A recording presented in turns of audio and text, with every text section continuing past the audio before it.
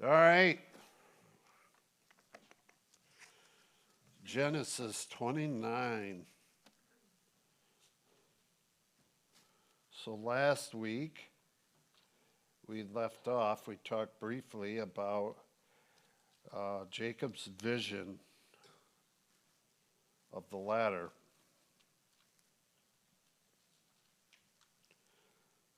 So that brings us to 29.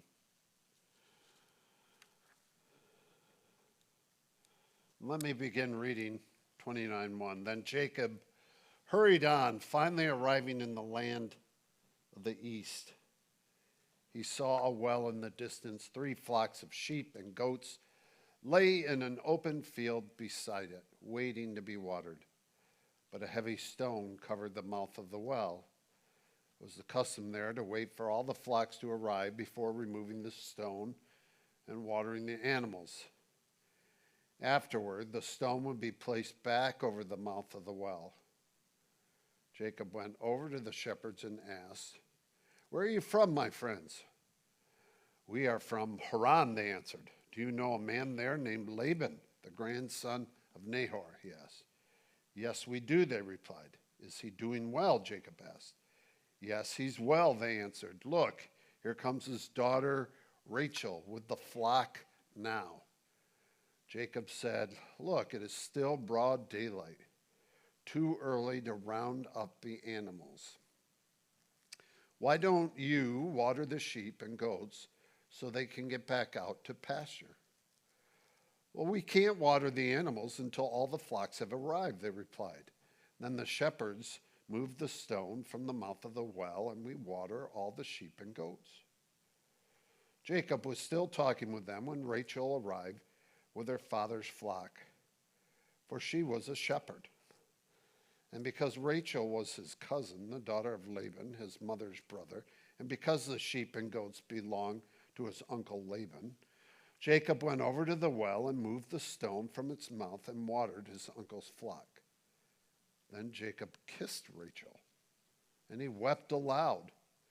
He explained to Rachel that he was her cousin on her father's side, the son of her aunt Rebekah. So Rachel quickly ran and told her father Laban. As soon as Laban heard that his nephew Jacob had arrived, he ran out to meet him. He embraced and kissed him and brought him home. When Jacob had told him his story, Laban exclaimed, "You really are my own flesh and blood." Okay. All right. What interests you or makes you curious in that opening?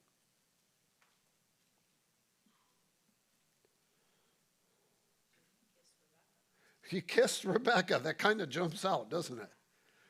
Does that seem odd? It does, doesn't it? Why do you think it's odd? I do too. I don't disagree, but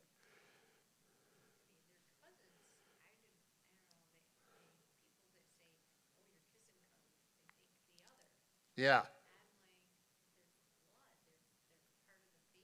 yes, yeah, it's awkward. Could it be just the standard kiss type thing, not lip to lip? Yeah.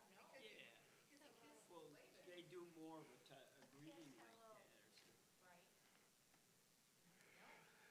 I don't think so. I see why you're saying that because there are countries today that would be like that. However, given roles of men and women in the ancient Near East, I, I find it unlikely that they would exchange a friendly peck on the cheek. But this is a definitive move by. What else do you uh, find curious in this?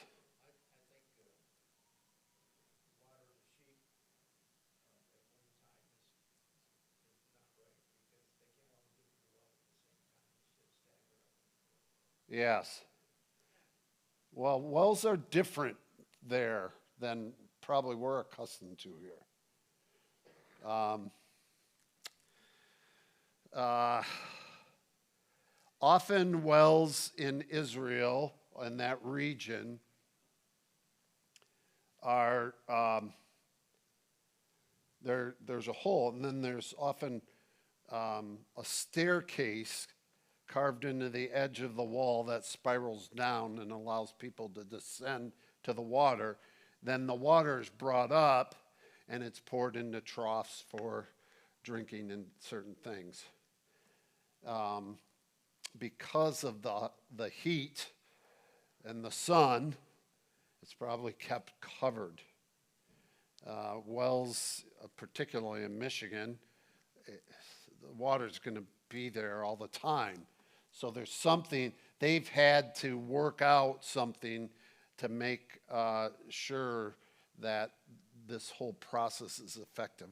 Now, when I've been in Israel, there are some wells that you can go see that are ancient. They're thousands of years old.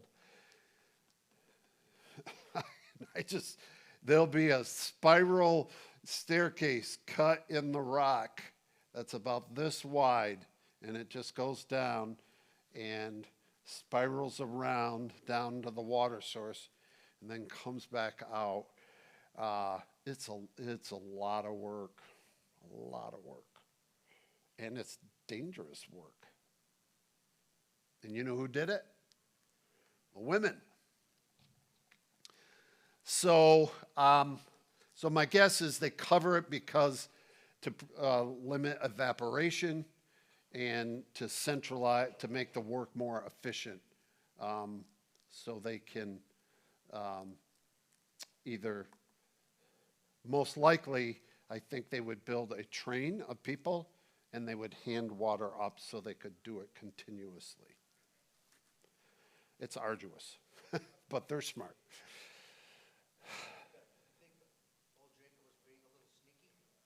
Who was? Jacob, because he says to the others, he says, why don't you guys water and shuffle off the buffalo so I can be alone with Rebecca? Yes, he is being sneaky. And so one of the best subtle lines of Genesis is he tells this whole story to Laban, and Laban exclaims, "You really are my own flesh and blood." I'm sneaky too. So, I find it interesting that Rebecca was also a shepherd. So in preparing for our Vacation Bible School, our theme is Psalm 23. yes. I've been reading a lot on, it was written by David as a shepherd. And all the things that they did for the sheep and the dangers that they had to endure. So I'd never even caught that before, that Rachel was a shepherd Yes. herself. Yeah. Yeah. That is something. It's not a good job. It's the lowest. It's the lowest, and it's dangerous, and it's hard. So she's a hardy woman. Worry about the lions and coming and getting the sheep, just like David. Yeah. Yeah. Okay. Well, let's read on a little further. I know, there over the years there are different movies. I haven't seen them all, but there are movies where a con man meets a con man, right? The Color of Money or The Sting. You guys ever seen The Sting? Okay. This is The Sting. You have two con men going at each other here, right? So, after Jacob had stayed with Laban for about a month, Laban said to him, "You shouldn't work for me without pay just because we are relatives. Tell me how much your wages should be." Now, Laban had two daughters. The older daughter was named Leah, and the younger was Rachel. There was no sparkle in Leah's eyes, but Rachel had a beautiful figure and a lovely face. Since Jacob was in love with Rachel, he told her father, "I'll work for you for 7 years if you'll give me Rachel, your younger daughter, as my wife." "Agreed," Laban replied. I'd rather give her to you than anyone else. Stay and work with me. So Jacob worked 7 years to pay for Rachel. But his love for her was so strong that it seemed to him but a few days. So, what jumps out to you from that part of the story?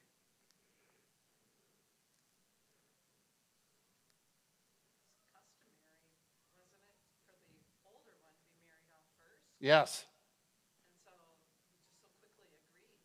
yes. Why do you think he did that? So we could have Rachel. Well, she's saying Laban so quickly agreed. Right. He knew, he had to have known. And what's it? Another thing interesting about the story, yes, Leah should be married first, but Jacob's never been one for the order of things, right? He took the birthright. He took what wasn't supposed to be his. So he's not a man of protocol. He's a man of desire.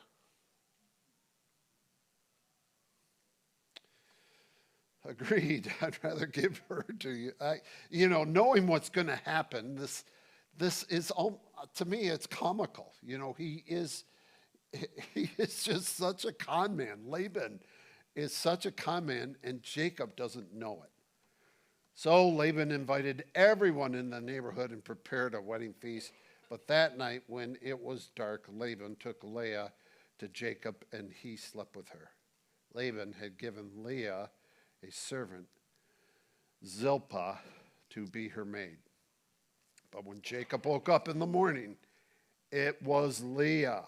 What have you done to me? Jacob raged at Laban. I worked 7 years for Rachel.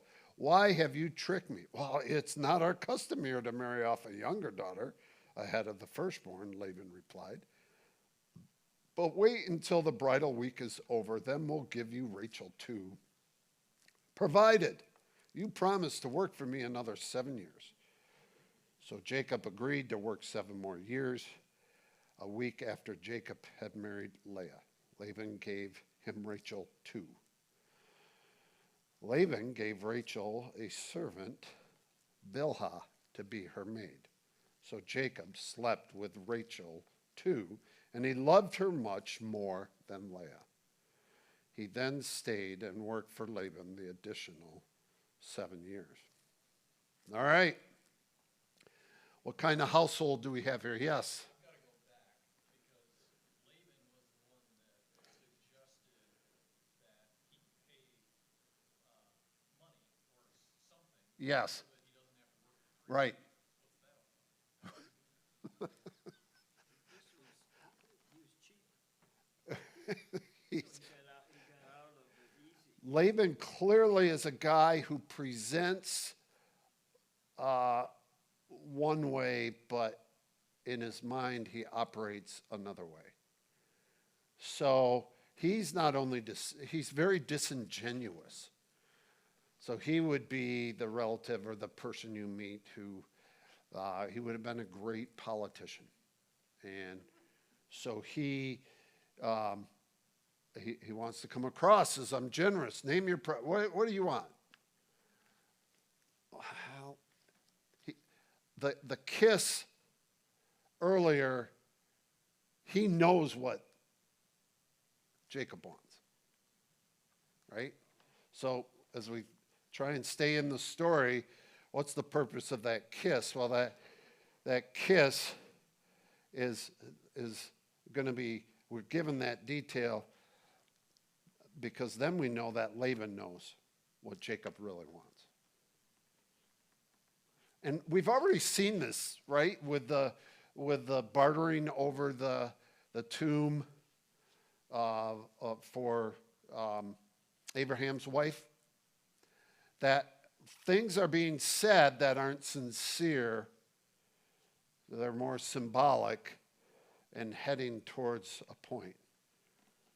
So Laban seems to take this in more of a deceitful way than a negotiating way.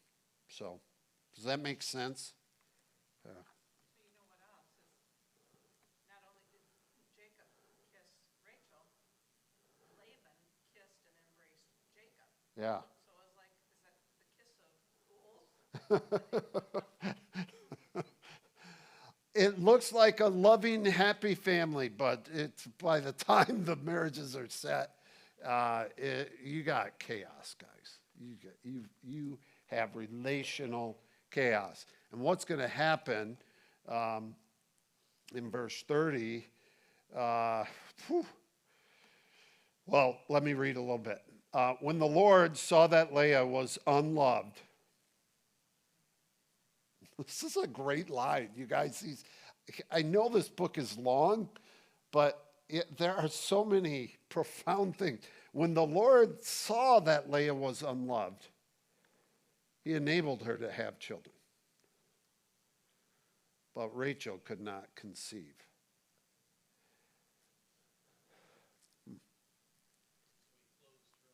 Uh-huh. Your womb is closed. You're the favored one.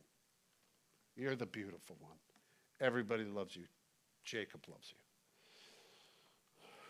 you. Like, you're unloved. You're unfavored. Your womb is open. Okay? And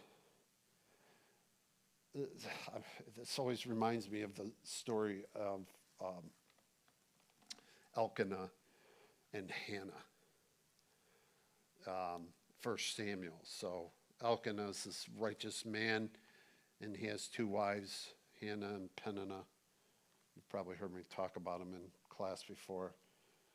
But Peninnah's can have children, but Hannah is barren. But who does Elkanah love? Well, he loves Hannah, the barren one. And there's something about God.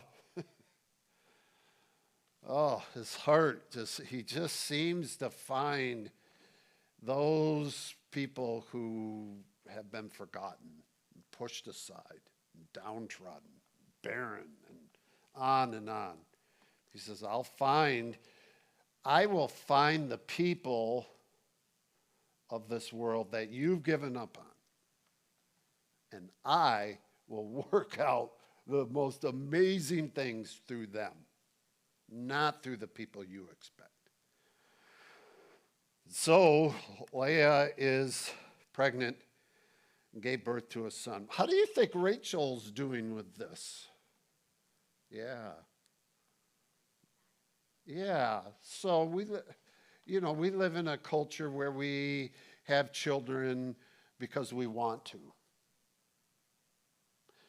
It's not a culture where we have children because we need them to survive, nor is it a culture where our honor in the community depends upon having them.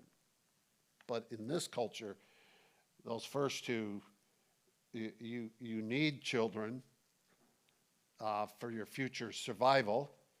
And if you were here Sunday and we're going through Ruth, we see that. So these stories feed off one another. We can see the dynamic here. So Leah became pregnant and gave birth to a son. She named him Reuben, for she said, "The Lord has noticed my misery. Now my husband will love me." She soon became pregnant again and gave birth to a son. She named him Simeon, for she said, "The Lord heard that I was unloved and has given me another son." Then she became pregnant a third time and gave birth to another son. He was named Levi, for she said, "Surely this time my husband will feel affection for me, since I have given him 3 sons." Once again, Leah became pregnant and gave birth to another son. She named him Judah, for she said, "Now I will praise the Lord." And then she stopped having children. What do you think of that?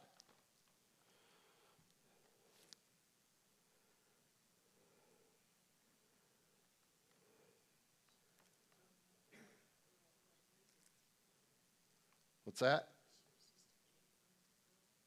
Yeah. Yeah.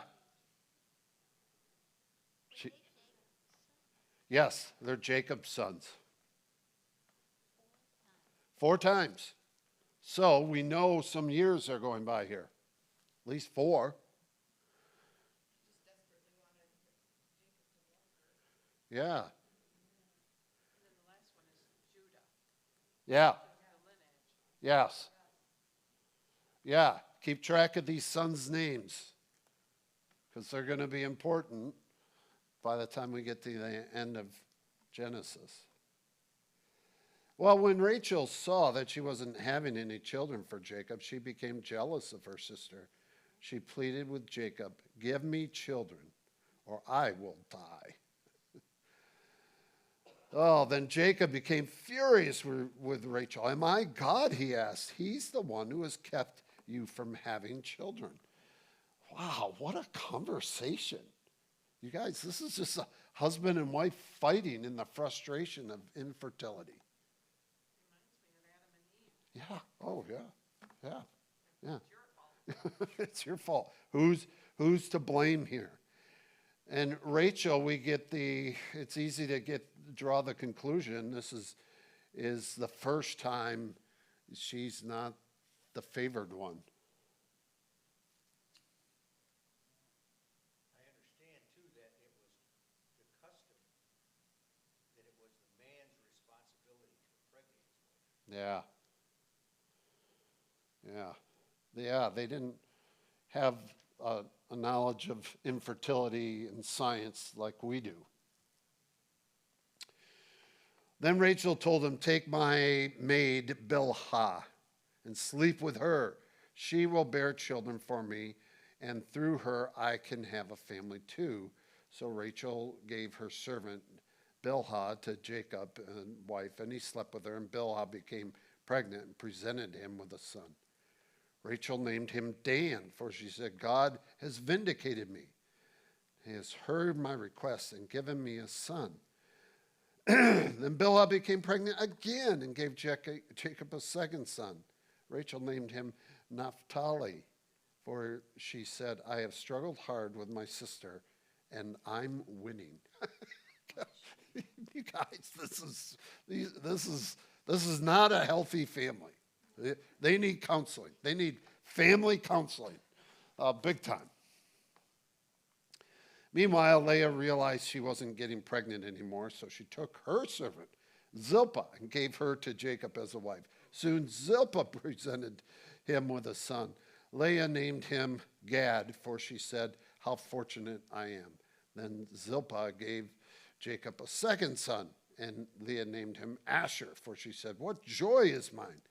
Now the other women will celebrate with me."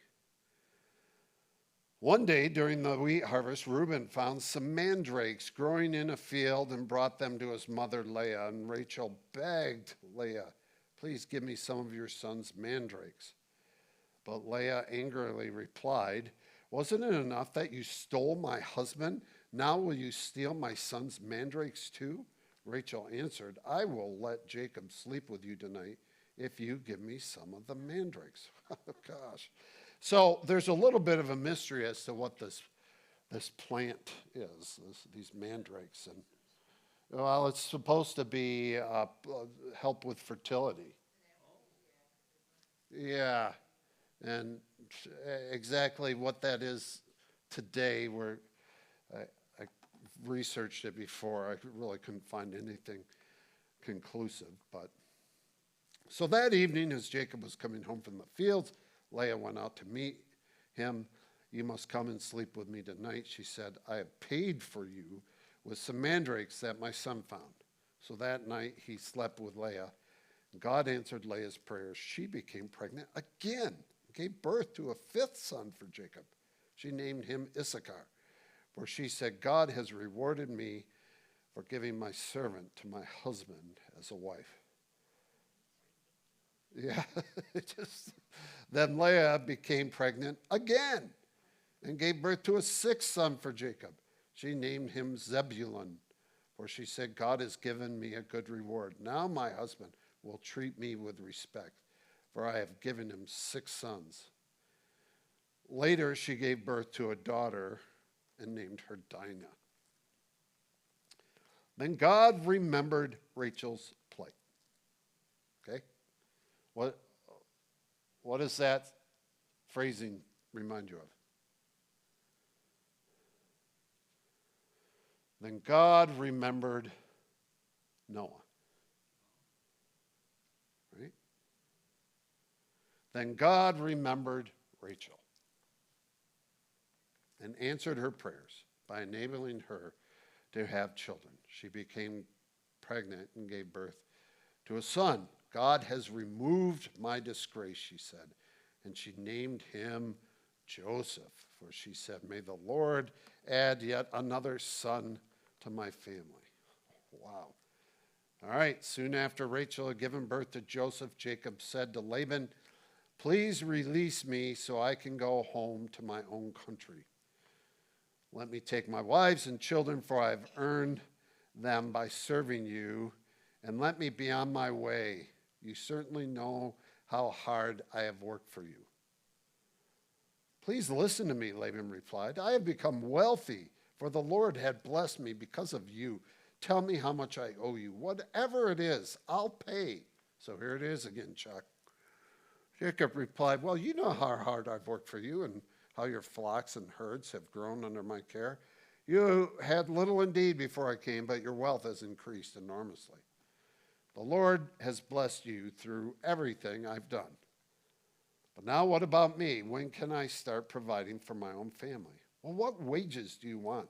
Laban asked again. Jacob replied, don't give me anything. Just do this one thing, and I'll continue to tend and watch over your flocks. Let me inspect your flocks today and remove all the sheep and goats that are speckled or spotted, along with all the black sheep. Give these to me as my wages. In the future, when you check on the animals and you have given me as my wages, you'll see that I have been honest. If you find in my flock any goats without speckles or spots, or any sheep that are not black, you will know that I have stolen them from you. All right, says Laban. I'm not going to go read all this detail because it's a little mysterious. He does some stuff with these sticks, and this sounds like a good exchange, but as it goes on, Jacob is going to do some things that seem to increase the number of sheep and goats that are speckled, so his flock is growing, and Laban's is not. But the way Jacob set it up is, you can't accuse me of doing anything dirty because they're clearly speckled and spotted, okay? But we know from the biblical story that Jacob he's doing he knows what he's doing. He's got a bit of a scam going here. So let's go to 31.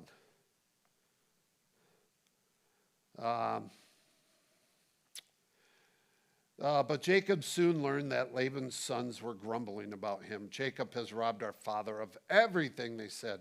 He has gained all his wealth at our father's expense. And Jacob began to notice a change in Laban's attitude toward him.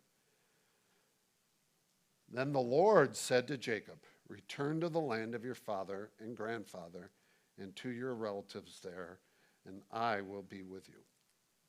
All right. We haven't heard from God in a while, right? Lots happening. Babies being born, weddings, dealings with goats and sheep, and as we go through the book of Genesis, it starts at the start of Genesis. What is the relationship between God and humanity?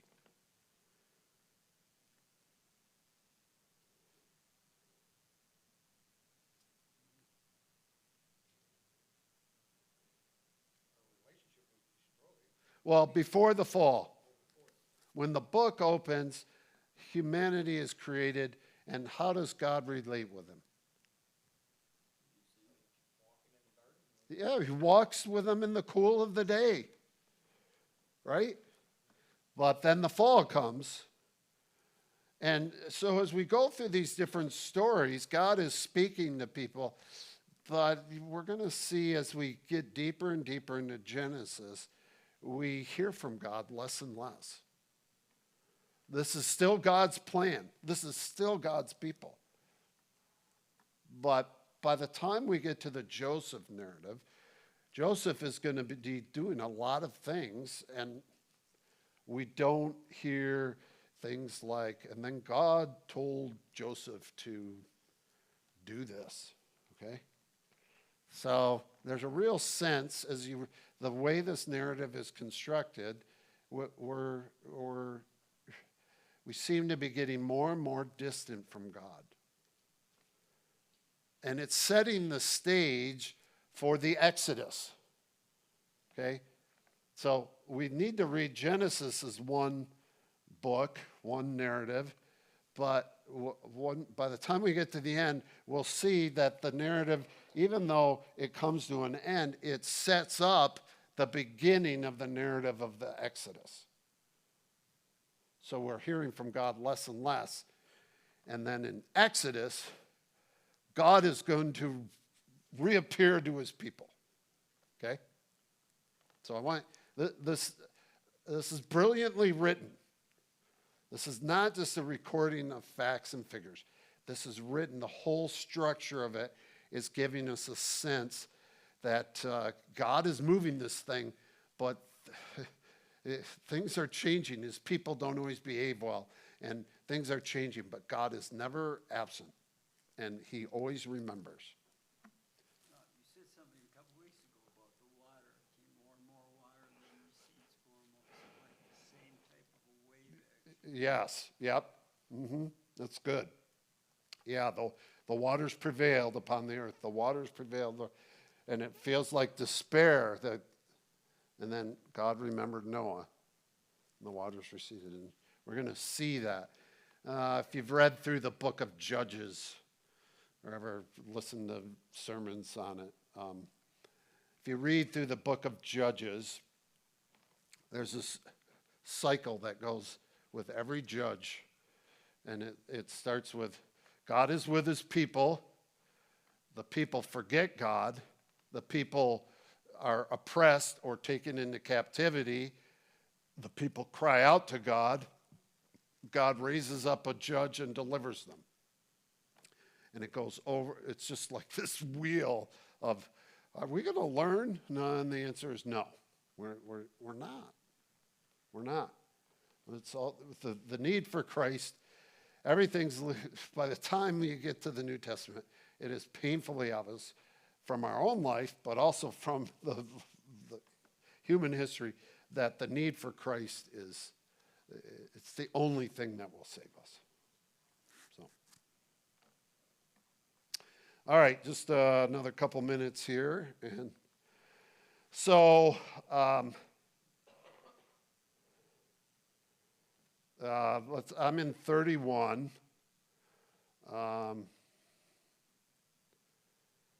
Let's look at verse 4, or 3, where I just read. Then the Lord said to Jacob, return to the land of your father and grandfather and to your relatives there, and I will be with you. So Jacob called Rachel and Leah out to the field where he was watching his flock. He said to them, I have noticed that your father's attitude towards me has changed, but the God of my father has been with me. You know how hard I have worked for your father, but he has cheated me, changing my wages 10 times. But God has not allowed him to do me any harm. For if he said, the speckled animals will be your wages, the whole flock began to produce speckled young. And when he changed his mind, he said, the striped animals will be your wages, then the whole flock produced striped young. In this way, God has taken your father's animals and given them to me. One time during the mating season, I had a dream and saw that the male goats mating with the females were streaked, speckled, and spotted. Then in my dream, the angel of God said to me, Jacob, and I replied, yes, here I am. And the angel said, look up and you will see that only streaked and speckled and spotted males are mating with females of your flock. For I have seen how Laban has treated you. I am the God who appeared to you at Bethel, the place where you anointed the pillar of stone and made your vow to me. Now get ready and leave this country and return to your land of your birth. So Jacob here rises. There's something in Jacob on the surface. He's deceitful, doing all this stuff. But he always, at the end of the day, he comes back to the Lord. And so it's that foundation that God honors. He honors the faith of Jacob here. Even when you're doing this stick stuff with these sheep, I was the one who was doing it. Okay? I want you to know. So Jacob put his wives and children on camels, and he drove all his livestock in front of him. He packed all the belongings he had acquired in Padan Aram and set out for the land of Canaan, where his father Isaac lived. At the time they left, Laban was some distance away, shearing his sheep. Rachel stole her father's household idols and took them with her.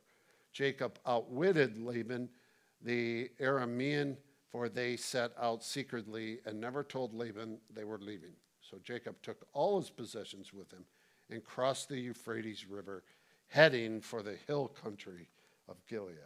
All right, next week when we return, I'll talk about these idols that they took. Who are these? What are they, and why'd they take them? And Laban's going to be pretty upset about that. So we'll talk about that, but we'll also talk briefly about the reunion of Jacob and Esau, and then something's going to happen to Dinah, and that's an important part of the story too.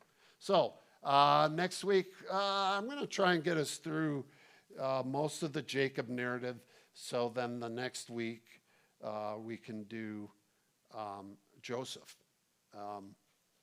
And we'll get to the end of Genesis here in just a few weeks. Okay? Let me pray. Lord, thank you again for your word, the story that you preserve for us that's so obviously, it is so saturated with your grace and love for us. We can only just say thank you. Thank you for preserving it, and so we can be invigorated by it. May the faith of Jacob and not his deceit be something we just focus on and want to replicate.